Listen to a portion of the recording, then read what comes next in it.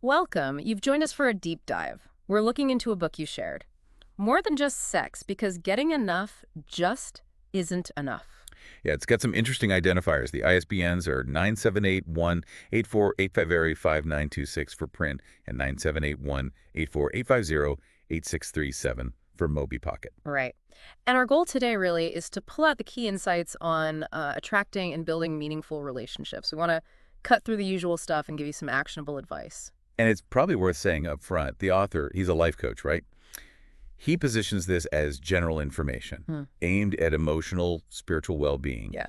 And he's very clear, anything you do based on this, well, that's on you, your responsibility. Absolutely. So it's about exploring ideas, things for you to think about. Exactly. And what jumped out at me right away, and I think you'll find this interesting too, is the central idea, understanding what really attracts someone, getting past those surface level things we hear about all the time. Like the car and the wallet. Precisely. Okay, let's dive into that first. This common belief that you need a flashy car or a big wallet to attract women. Yeah, that's a huge stereotype, isn't it? Success equals expensive stuff. Oh. But the author, he actually shares this personal story that kind of blows that up. He does. He talks about buying his dream car, this amazing black Porsche 911 Turbo. Wow. And not just any turbo. We're talking 530 brake horsepower. Whoa. Yeah. 0-60 in, 3.4 seconds? Claimed top speed of 200 mile per hour. So you picture him driving around, feeling pretty good, right? You'd think so with that kind of power. Exactly. But here's the funny part. He found the only people really impressed were, teenage boys. Oh, no way. Yeah. He says he saw his younger self in them, but the women he was hoping to attract, apparently they didn't really notice the car or the implied wealth. That's fascinating. So his takeaway was what? Well, his conclusion was that these big, flashy displays, they can actually work against you when it comes to the female psyche, as he puts it. Counterproductive. Right. He even jokes that maybe a puppy would be a better attraction magnet. Huh. Well, maybe cleaner in some ways. True. Minus the occasional accident. So, okay. Then he tackles the wallet myth, this idea that women are primarily after rich guys. The old stereotype. Yeah, he even mentions that good Charlotte lyric, girls don't like boys, girls like cars and money. He calls it a persistent urban myth. And did he have anything to back that up? Well, he says he talked to his, quote, hot female friends, and they all basically shot it down. Okay. Said the bank balance or the fast car wouldn't really make them more interested in a guy. So if it's not the car, not the money, what is it then, according to him? This is where he shifts. He says the real determining factor, the thing many guys miss, is confidence. Ah, okay. Yeah, the genuine comfort in your own skin, self-assurance, not needing that external stuff to feel good about yourself. So thinking back to the Porsche example, it wasn't the car itself. No, it was the state of mind that created the ability to get the car, that underlying confidence, that self-worth. That's what actually resonates. Right, that makes sense. It's deeper than just possessions. Exactly. So, okay, we're moving past the superficial. Now he shifts gears, talks about taking control, defining your goals. This feels really empowering for you listening. Like taking ownership. Yeah. He talks about no regrets, actively taking charge, excuses. He's pretty blunt. They're either bullshit or things we can work on. I like that directness. It's a proactive way of thinking, isn't it? You shape things. Totally. And he hits hard on the power of attitude. He says, don't let your life determine your attitude. Let your attitude determine your life. That's a strong statement. It's about that internal locus of control. Right. That internal shift. And then he brings up self-commitment. Yeah. Are you actually willing to make changes? Hmm. And crucially, knowing where you actually want to go in relationships. What's the end game? What are you looking for? The God girl of dreams, he calls it. Yeah, he aims to get you much, much closer to finding her. And it's interesting how he talks about the book's method. How so? He says he uses very specific language, trying to hit you on a subconscious level. Oh, interesting. Like NLP or something. He doesn't explicitly say, but he does mention being a bit sneaky with the language for your benefit. The idea is to just sort of absorb it. Don't overanalyze as you read. Let it sink in. Okay, so it's trying to work on a deeper level than just conscious thought. Exactly. Which leads into this framework he uses, the 5 aspects of life. It helps understand where change really needs to happen. 5 aspects. What are they? He doesn't list them all right there, but he explains that life aspects are layered. A change on one level affects the others. He uses relationships, your environment, as one example level. Okay. And how does that play out? He tells this story about a young guy who kept getting fired. Oh, okay. The obvious problem seemed to be the job environment, right? But the author realized that wasn't the level to fix it. So they had to dig deeper. Yeah. They worked up through the levels, his behaviors, getting hired, getting fired, then the skills, tools, choices behind those, then beliefs and values, and finally, his identity regarding work. And where was the breakthrough? In his beliefs and values, that's where the real issue was hiding. It shows how surface problems are often just symptoms. That makes a lot of sense. You treat the root cause, not just the symptom. Exactly. Which brings us to self-reflection. He guides you through some really good questions about your relationships, past or present. Like what? Like, where do you hang out? What do you actually do together? What's the vibe, the atmosphere? What do you like, not like?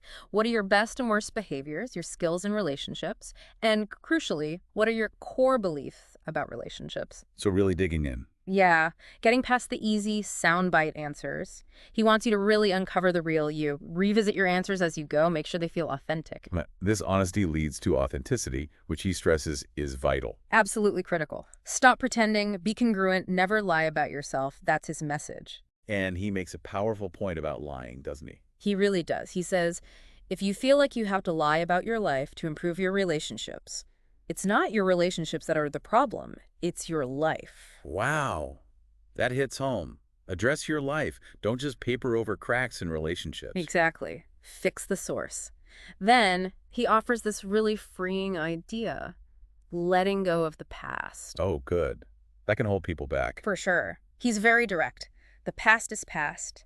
It doesn't dictate your future. Done. And what about thoughts?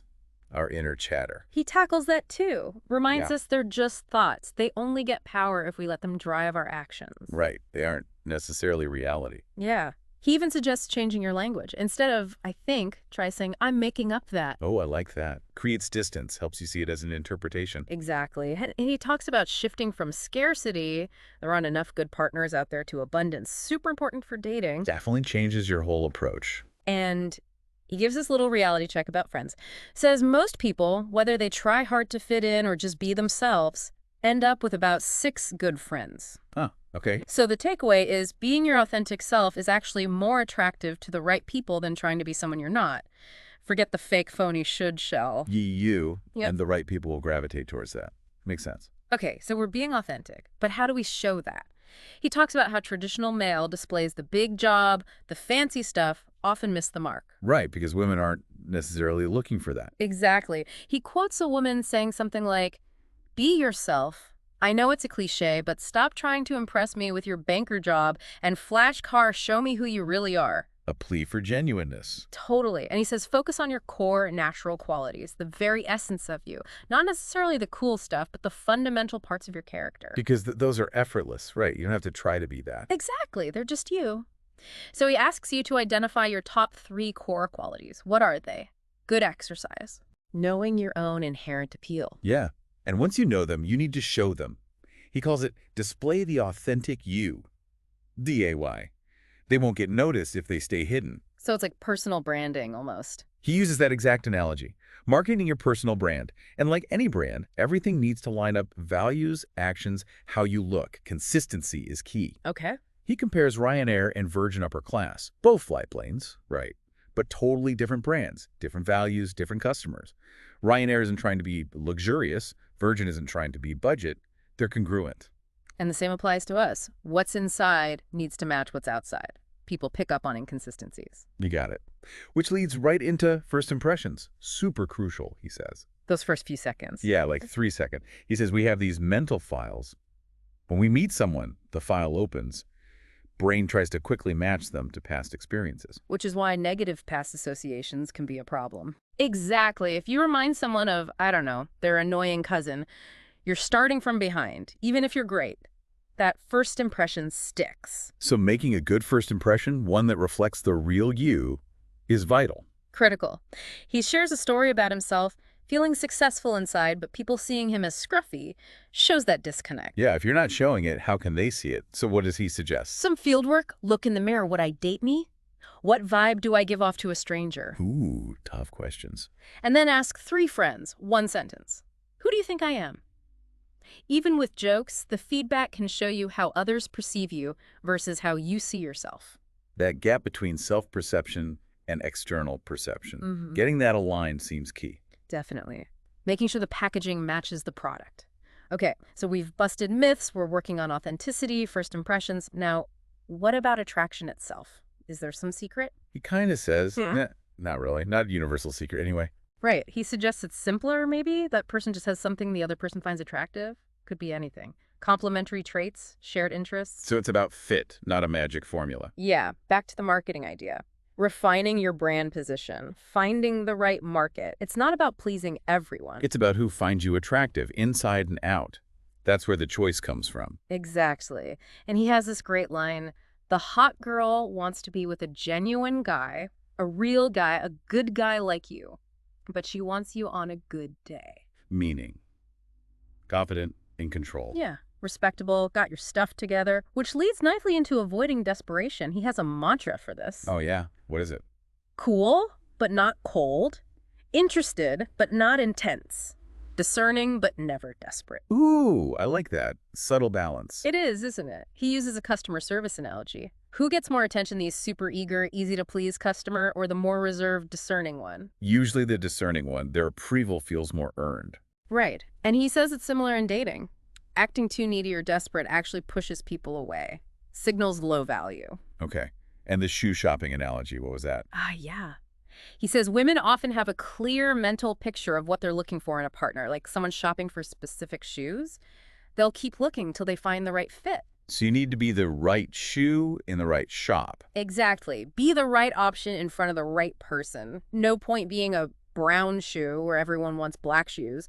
Go where you are what they're looking for. So again, know your qualities and know where people who value those qualities hang out. Precisely. He tells the story about his friend Allie. Average success, apparently. Then he follows his passion, becomes a ski instructor in Canada. Suddenly, boom, super attractive. Because he was living his passion, being authentic. Yeah. The ski gear wasn't magic. It was him being congruent, displaying his real self in a place where it was valued. That's a great example. He also mentions a client, a venture capitalist, who did better with artistic women because they valued his dependability. It's about externalizing the right qualities for the right audience. Okay, this is making sense. Now, what about those signals women supposedly send? The sex sleuth signals. Right. He says women often feel they're giving clear signs, but guys miss them. And since, 93% of communication is nonverbal. You got to learn the language. Exactly. First step he mentions is just noticing handedness, right or left. He connects this to brain processing, eye movements, the IQ thing, visual, auditory, kinesthetic thinking. So understanding how someone processes information helps build rapport. Yeah, you can match their style, use language that clicks with them. Feels like you're on the same wavelength. Okay, interesting. So the specific signals. Signal 1, the eyes have it. It's all about how she looks away after eye contact. How she looks away. Yeah, a look down, especially down and across, that's apparently the holy grail. Super positive signal. Okay, good to know. What about bad signals? Staring you out, generally bad. Sideways, look away. Kind of neutral, depends what happens next. Looking up to the heavens, also usually bad news. Right, calibrating based on eye movements. What? Okay, signal 2, the shoe dangle. If she's kind of idly dangling her shoe off her foot, he says that can often be a sign of interest. A bit quirky, but there it is. Okay. Any others stand out? Signal 4, the open wrist. Which wrist is dominant? If that wrist is pointing towards you, suggests openness, comfort, turned inward, maybe more guarded, protective. But again, look for clusters, not just one sign. Got it. Multiple signals are key. Okay, so we're reading signals. Now, back to self-assessment, the catch potential scale. Yeah, he wants you to be honest. Where do you realistically rate yourself? And the rule of thumb is? Generally, it's tough to attract someone consistently who's, say, more than 1 point above your own perceived score. It's about being realistic. Okay. And he says focus on weaknesses, not just strengths. Right. This is important. Just polishing your strengths won't fix the underlying issues, the buts.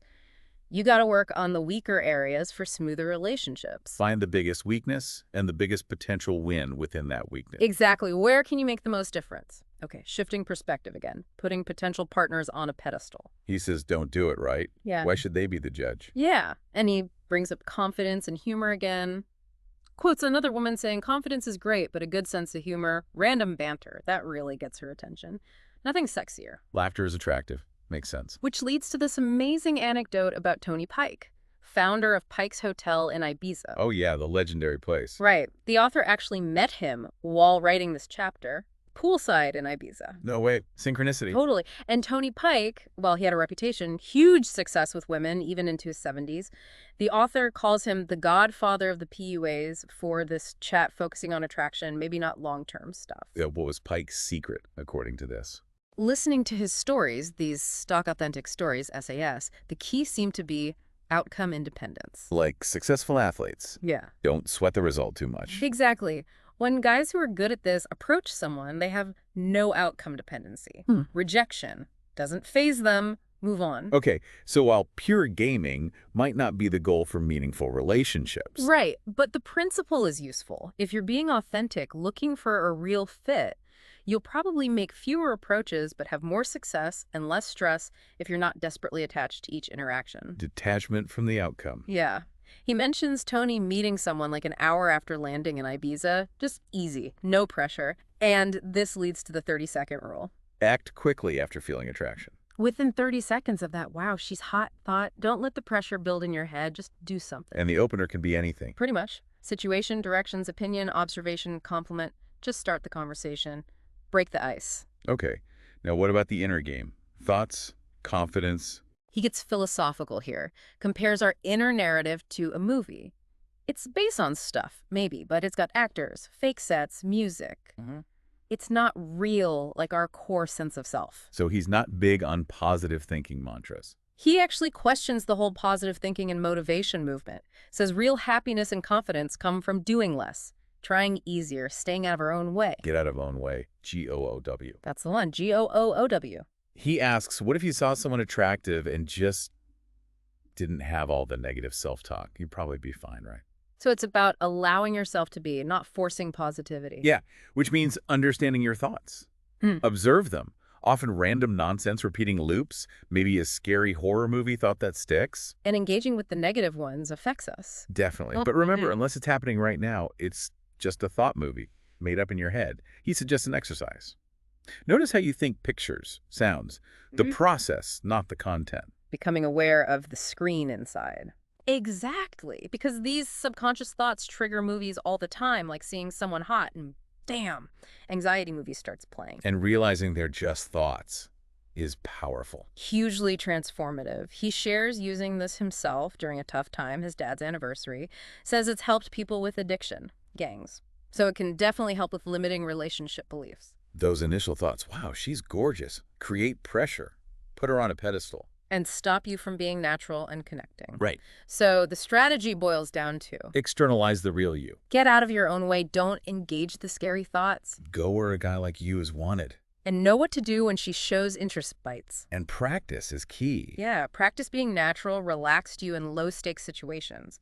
With people you're not attracted to, get comfortable. And second part, make the outcome not matter. Okay. What about making her feel good? Crucial. Make her feel beautiful, special, really listen to, interesting for who she is, not just how she looks. If you do that and the other stuff clicks, intimacy often follows naturally. So approach, intrigue, connect. Then let her come to you. Like fishing, yeah. Let the fish bite the hook. Don't force it. And avoid desperation like the plague. It smells and kills the vibe. Right. Remember the who do you think I am? Feedback. Watch the inner saboteur. What's low involvement. Being present, engaged, but not emotionally hung up on the result. Like watching a game you don't care about. You're there, but the score doesn't wreck your day. Contrasted with yelling at the TV, high investment, low involvement, or desperately hitting on everyone, high investment, high involvement. Neither works well. Exactly. Which leads to the Olympic rower thing. What's in your boat? Focus only on what you can control. Your physiology, your mindset, prep, actions. Let go of the weather, opponents, other people's moods, whether they like you, if they're seeing someone else. All the stuff you can't control. Like Mickey Rivers said, no point worrying about what you can't control, and no point worrying about what you can't control because you can control it. Perfect summary. Stress equals trying to control the uncontrollable. He suggests looking back at stressful times. What could you control, influence, or not control at all? The can't-can influence-can control game. Hmm. Weather umbrella, pitch boots, girls where you meet them, and how you present yourself. Right. Tony Pike's ease came from not being overly invested in the outcome of any single approach. Okay, now the confidence anchor. That sounds practical. Super practical. Link a physical gesture like pressing finger and thumb to a strong memory of feeling genuinely confident. How do you set it? Recall the memory vividly. Feel the confidence. Intensify it.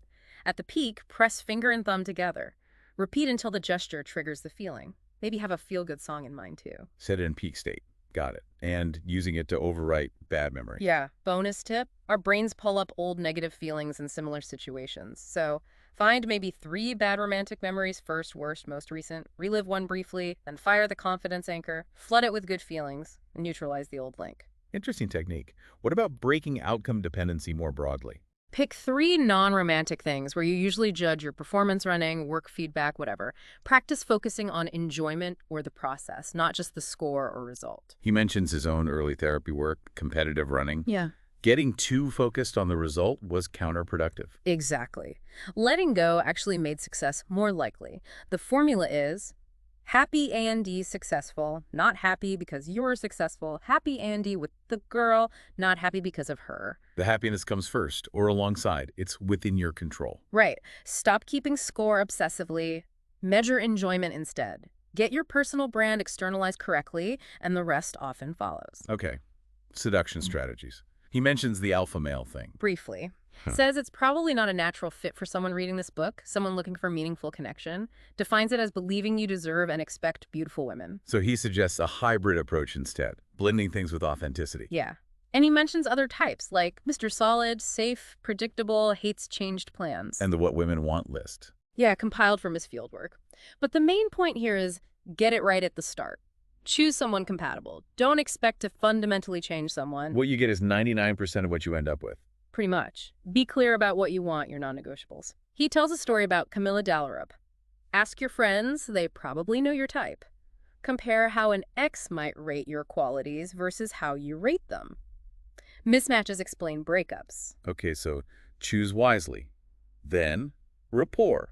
Essential. Key to the ignition. Ah. I gotta build it quickly to see if there's a real connection, if you even like each other. And it has to be sincere, right? Congruent. Totally. It's mutual discovery. This is me. Who are you? Let's find out. And he brings back the sensory stuff, visual, auditory, kinesthetic language, predicates. I see. Sounds good. Feels right. Exactly.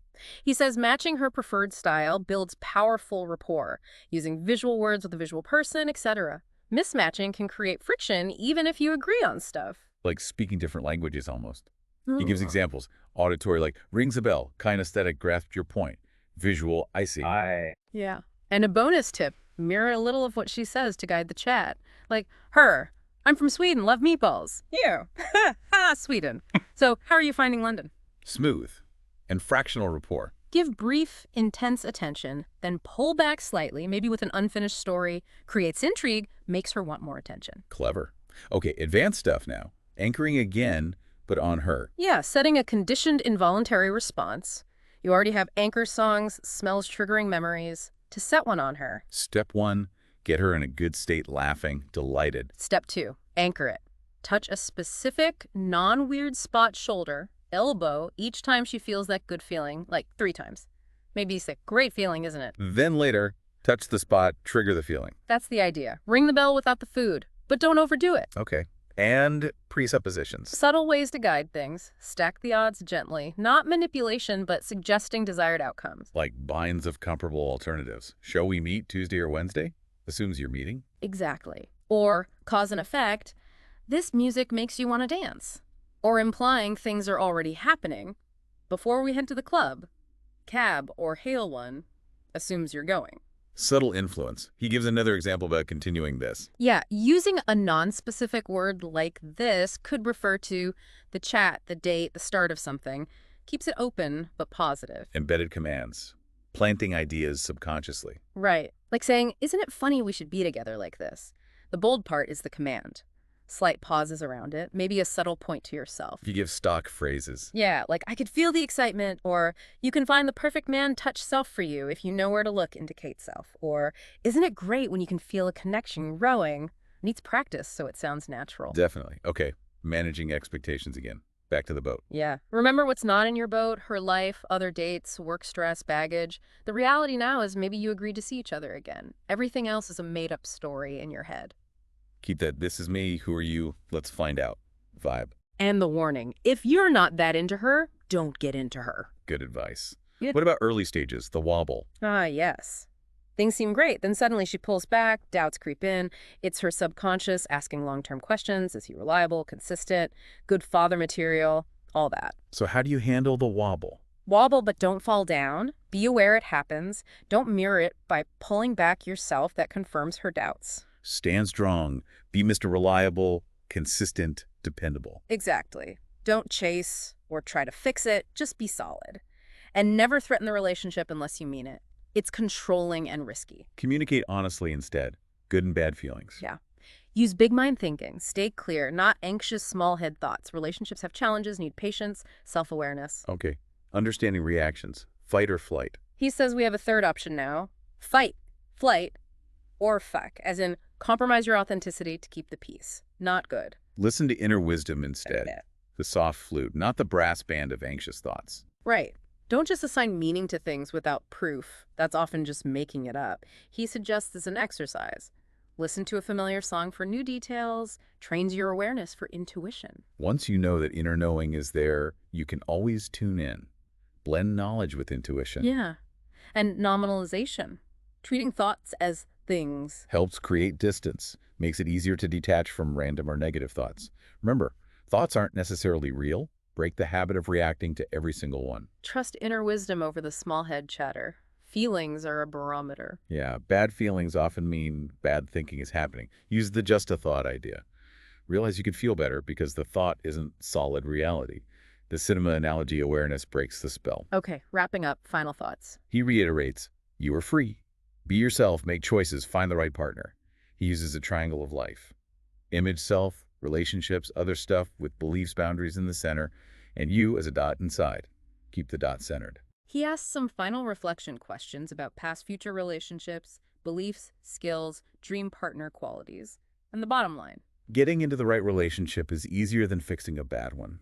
though all relationships take work, have lessons, harmony comes from effortless mutual happiness. You've got your advanced license now. The journey's yours. And quickly, he acknowledges his publisher, inspirations, manager, and the women who shared secrets in the book. The author again, Allie Campbell, life coach, therapist, Mr. Fix-It. Website is www.morethanjustsex.com. His core message. Yeah.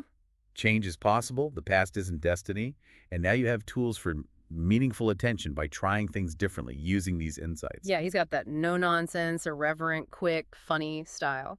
So as you think about all this, maybe consider which myth hit home for you or which signal you'll look out for. Lots to explore. Definitely. It's about applying what resonates.